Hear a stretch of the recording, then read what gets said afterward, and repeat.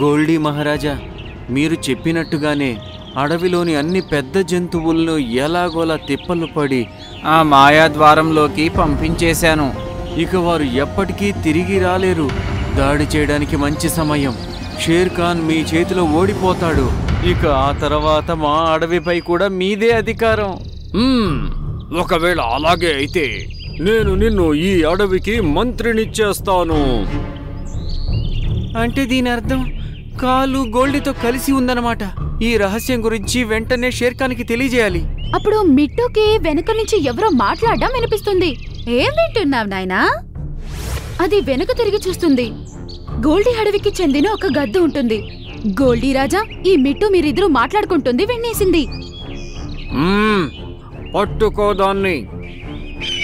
అది వినిన వెంటనే మిట్టు చాలా భయపడుతుంది మరియు అక్కడి నుంచి వేగంగా ఎగురుకుంటూ వెళ్ళిపోతుంది. గద్ద తన వెనకాలే వెళ్తుంది. ఓ భగవంతుడా, నాకేదైనా దారి చూపించు, లేదంటే ఈ గద్ద చేతిలో చనిపోతాను. అప్పుడు అది మెరుస్తున్న ఒక బంగారపు తలుపుని చూస్తుంది. చూస్తుంటే ఇది ఆ రహస్యమయ ద్వారం అనుకుంటా. అందరూ దీని గురించే మాట్లాడుకుంటున్నారు. దీంట్లోకి వెళ్ళిపోతాను. అలా అంటూ తన రెక్కలని ఆపకుండా ఆ తలుపు లోపలికి వెళ్ళిపోతుంది. అరే బా, వెళ్ళిపోయిందా? మళ్ళీ ఇంక ఎప్పటికీ తిరిగి రాదు. అలా అనుకుంటూ అది గోల్డీ మరియు ఎలుగుబంటి దగ్గరికి వెళ్ళిపోతుంది.